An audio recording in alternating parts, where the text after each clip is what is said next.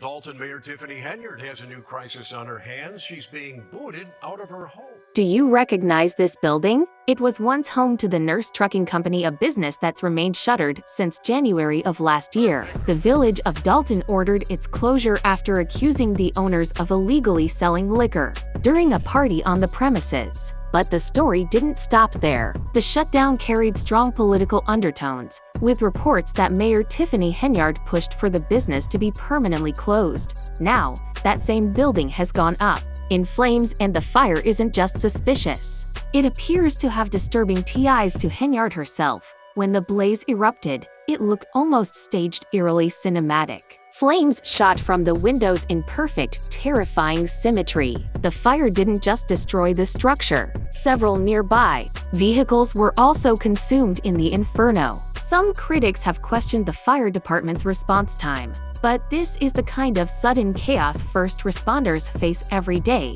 often risking their lives without a moment's notice. We've now obtained dramatic footage capturing the exact moment the fire exploded, an inferno igniting with near-perfect precision. But perhaps even more alarming is what the building may have been hiding, and who was connected to it. Back in December, just months before the fire, Duggan Investigates uncovered new details about the property, and what they found could shed a whole new light on what really happened that night. The building had been raided by the Illinois Secretary of State Police, who discovered that 10 of the 50 vehicles on the property were confirmed stolen. Property owner Larry Gardner claimed he had leased the space and was unaware of any wrongdoing, but that explanation only raised more questions. Now, with the fire wiping out potential evidence, those questions are louder than ever. This isn't the first time the site has drawn suspicion. Locals still talk about the unexplained disappearance of newly purchased Dolton police vehicles, cars that were bought but mysteriously vanished. Many now suspect this location may have been their final stop. The timing of the fire, just as federal interest in Dolton reportedly intensifies, strikes many as more than coincidence. In late 2023, Gardner publicly accused Mayor Henyard of political retaliation, claiming she demanded regular payments and began targeting him when he refused. Gardner hasn't commented since the fire, but his past allegations are now drawing renewed attention. The Illinois State Fire Marshal is currently investigating. The Illinois State Fire Marshal is officially investigating the incident. Fortunately, no injuries were reported, but the fire has reignited deep concerns about corruption, retaliation, and secrecy within Dolton's leadership. This isn't an isolated controversy, it's part of a growing pattern that local trustees, business owners, and even state officials have been warning about for years. As one trustee put it bluntly, there's a lot of mismanagement, and we just want some clarity. In Dolton, running a business has become increasingly difficult. A wave of closures has swept through the village, often under the pretense of licensing violations. But the pattern suggests something more political than procedural. Many believe these shutdowns are part of a coordinated effort to target business owners who don't fall in line with Mayor Henyard's agenda. One of those businesses was Lawrence Garden, another property tied to Larry Gardner. That site also raised red flags, reportedly housing a large number of hidden vehicles. And just like the nurse trucking location, it too has been destroyed by fire. The message is clear: someone wanted whatever was inside gone, and fast.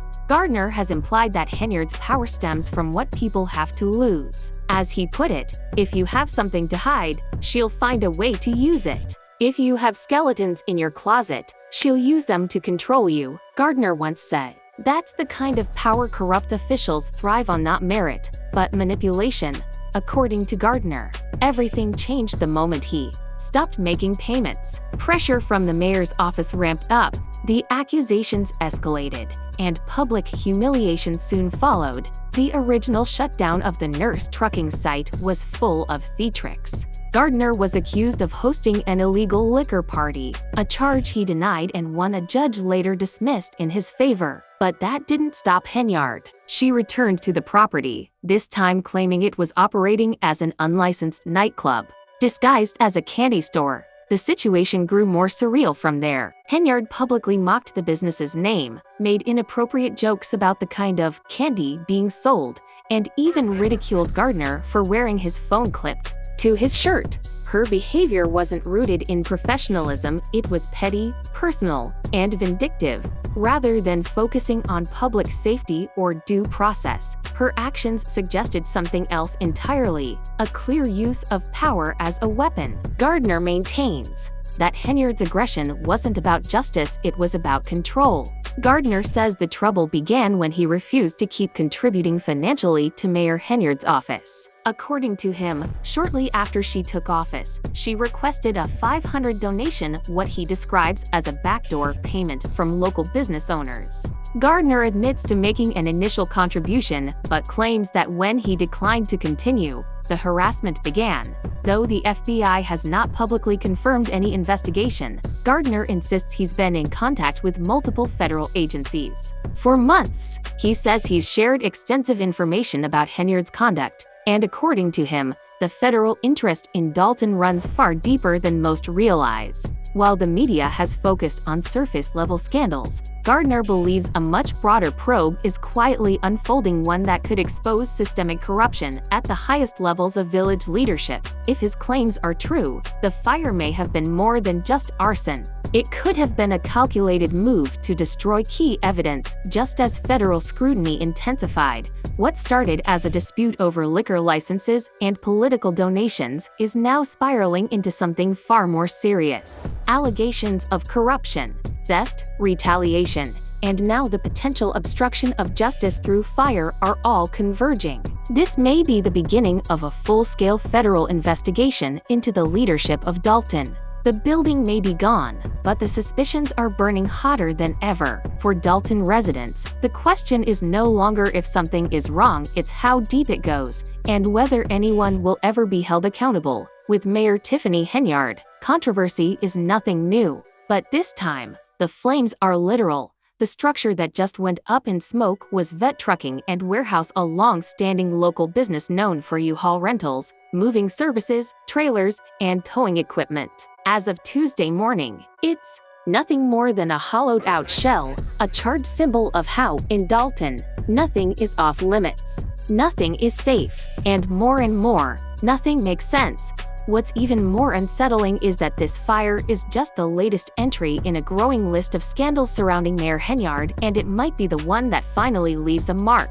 This isn't just rumor or political drama anymore. It's criminal. Just days before the blaze, the Illinois Attorney General's office issued a cease and desist letter to Tiffany Henyard Cares, the mayor's personal charity, demanding answers about where its money went and who, if anyone, it helped. That's not a paperwork problem. It's a serious legal violation, the kind that attracts high-level state investigators. And yet, despite the mounting red flags, a disturbing question hangs in the air: how much more will it take before real accountability arrives in Dolton? A spokesperson for Mayor Tiffany Henyard and the village of Dolton stated they were unaware of any investigations. Their official response: neither the mayor nor the village has received subpoenas or been contacted by the FBI or any other law enforcement agency.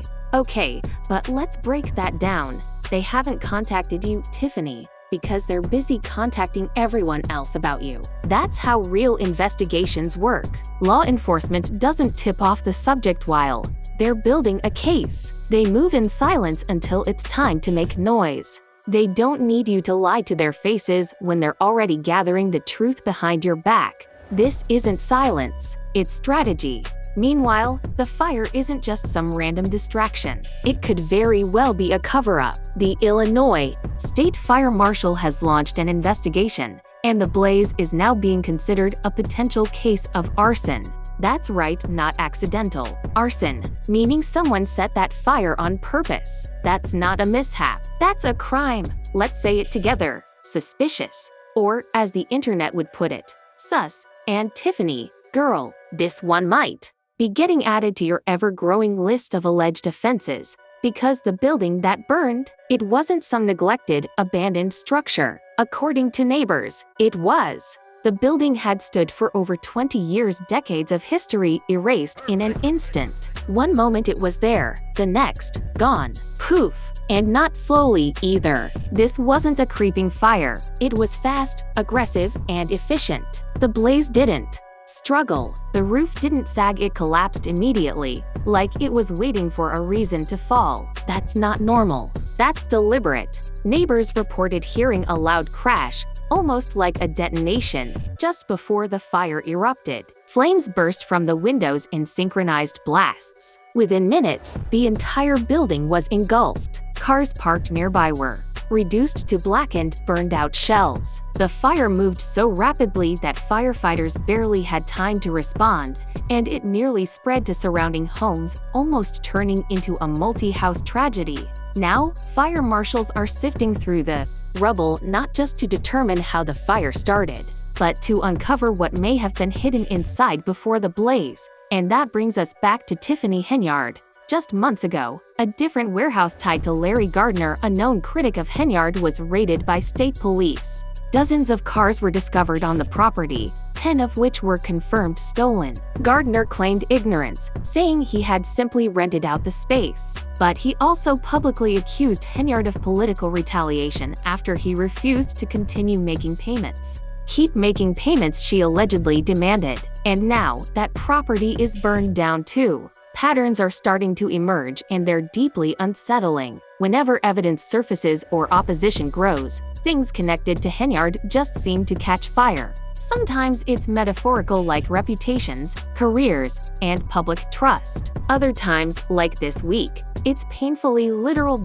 So, what are the possibilities? Could this building have contained damning records, stolen vehicles, or physical proof of wrongdoing? Did someone decide that destroying the entire place was the best way to make sure nothing inside ever saw the light of day?